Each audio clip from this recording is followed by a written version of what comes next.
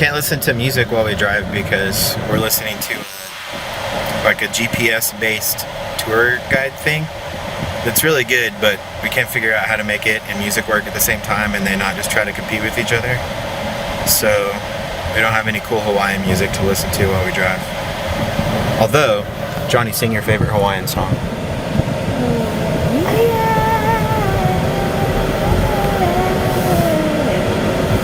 I don't know.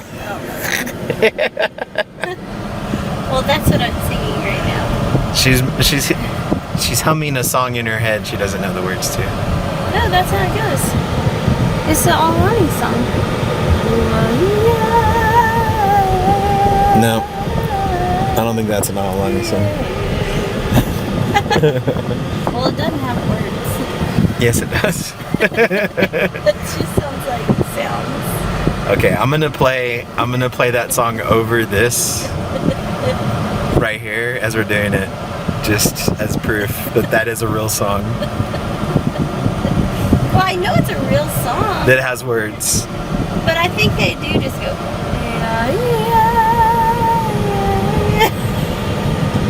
I mean, it's like that. Okay. We'll let you guys be the judge if it's like that.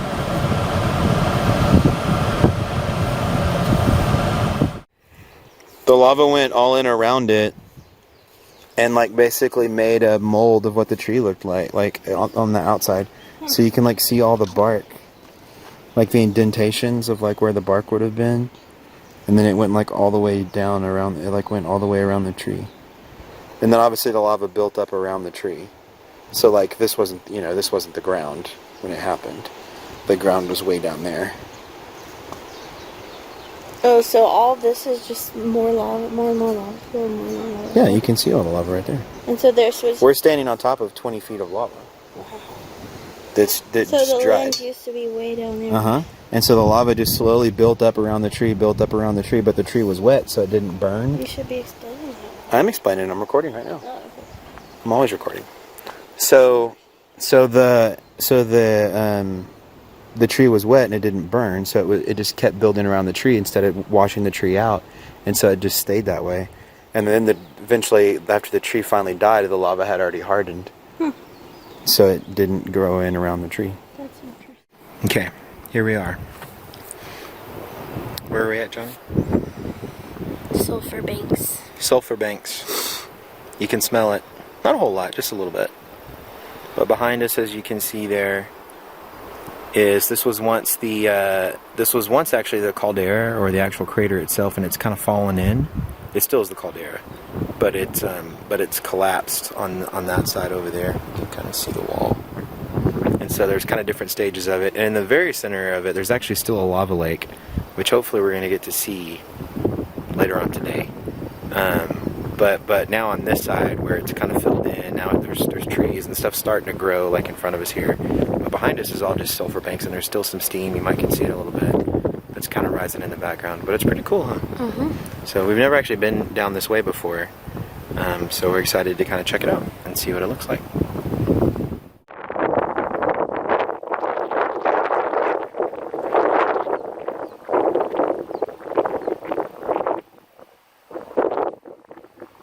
It looks like what?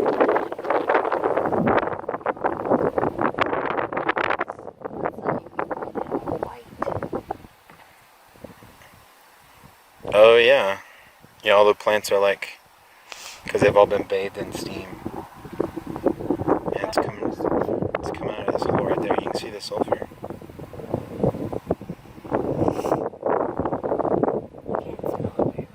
No, you can't smell it from here. It's because it's blowing out. We're basically upwind, or we're like kind of lateral to it right now.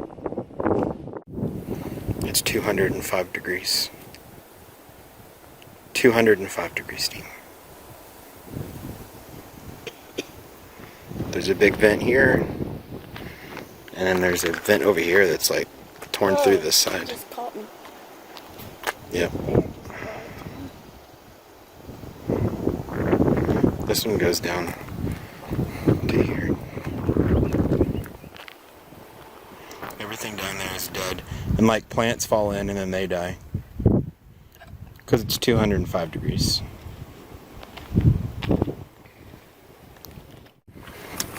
So we're just walking down a road now because we came through the trail, and I looked at a map and saw, oh, we can just walk back down the road, not realizing that there wouldn't be a trail on the road. So now we're just kind of just walking along the road. But I mean, we're able to get off if a car comes. So, but it's way shorter than like walking all the way back through the sulfur banks again down that like windy trail, because the visitor center is just up ahead around this little bend. So gotta conserve. A lot of walking today, so I don't want to like walk any farther than we have to. This is one of the steam vents. Johnny, what can you tell me about steam vents?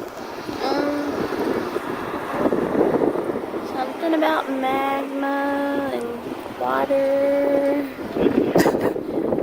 So apparently steam has something to do with water. You heard it here first. Well, it's like when there's a fissure in the ground, a fracture, and the water goes down and hits the magma, and it comes up as steam. Is that right? Yeah, rainwater falls into the ground. Oh, rainwater. And is superheated by the hot rocks below. And then it comes back up as steam. We just learned that on our thing. Okay, so never mind. I actually have lava right here. If I do super zoom in mode, this is where that lens will come. We're gonna have plenty of good enough pictures.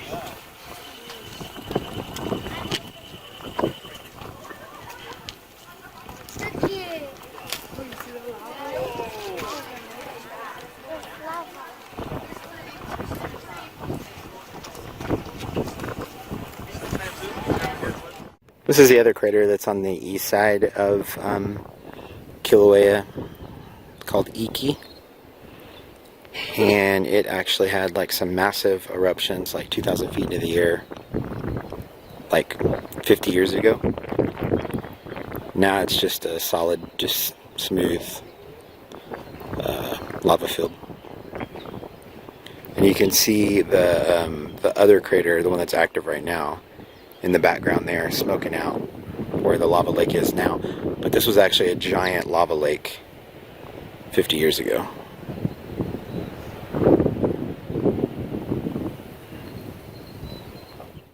Alright, so we're going to walk through the Thurston lava tube. Are you excited, Johnny? Yeah. Excited about walking through the lava tube? Mm-hmm. Walk where lava has tread.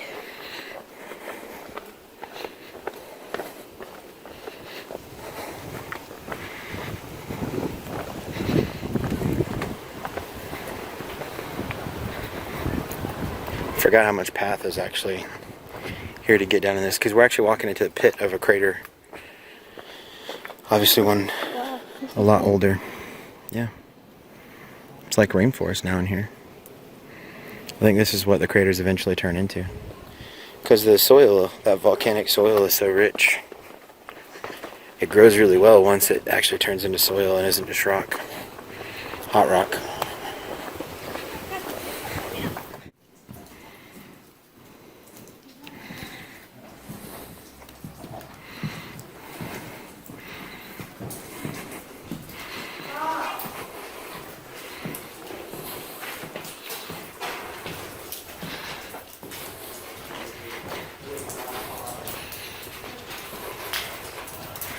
So here we are inside.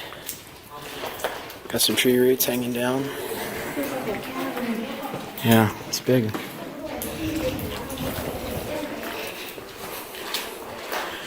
The bottom is very smooth. I don't think they've actually done anything to it. I think it's just the way the lava dried on the bottom. It's like lava, sand, black sand is on the bottom. Yeah, making sand. You can see the sides where like it's broken up or like, yeah. That's probably because all the water dripping. Yeah, the water would erode it over time. But But it would get smoother though with water running over it, not rougher. Alright, so this is our next little walk for the day in Volcano National Park. We're going to check out Devastation Trail. There's all these signs all over about nene birds. And we haven't seen like one single one. So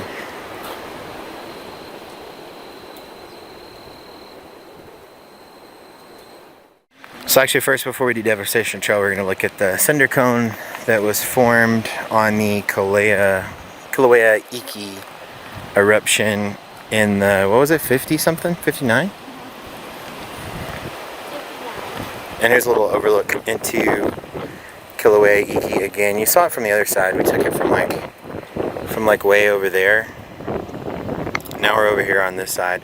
So you can kind of see it a little bit differently. And what we're right next to is the cinder cone, which is right around here, which was actually made...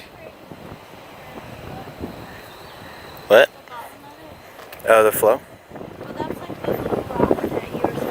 Oh, yeah. Yeah, down there. You can just kind of barely see them. Basically what happens is when it erupted, it made lava rocks that cooled before they even hit the ground, because it erupted 2,000 feet into the air almost. So they would cool before they hit, and they would make this little hill here. So we can't go back there, but that mountain was made just from volcanic ash that was falling and landed on top of each other, and it made that, which is called the cinder cone.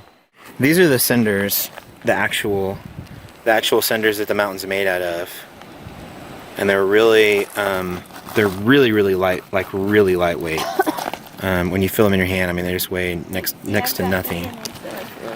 Yeah. Kind of like a pumice stone feels when you're through. Yeah. But this one had little crystals in it. Can you see them in the sunshine? Mhm. Yeah, you can see it just barely. Kinda. It's got a little glow, a little sparkle to it. Yeah, you can see it sparkling. Mhm. Yeah. So this is it. This is the top of the cinder cone right here. And it's just a bunch of little cinders all piled on top of each other to make one big hill. So they don't want you to walk on it because it's probably not the most stable. Yep. Cinder stones. That's just the way they landed after they erupted. Not really a whole lot growing yet, but you can see as you get farther down, stuff is starting to grow. So that's kind of the transition from like lava to stuff. So we're driving along Chain of Craters Road, and we are just seeing fields of lava. Right, kind of fast. It's just like lava fields forever, as far as you can see, really. Honestly. This is like, I think this is like the largest lava flow.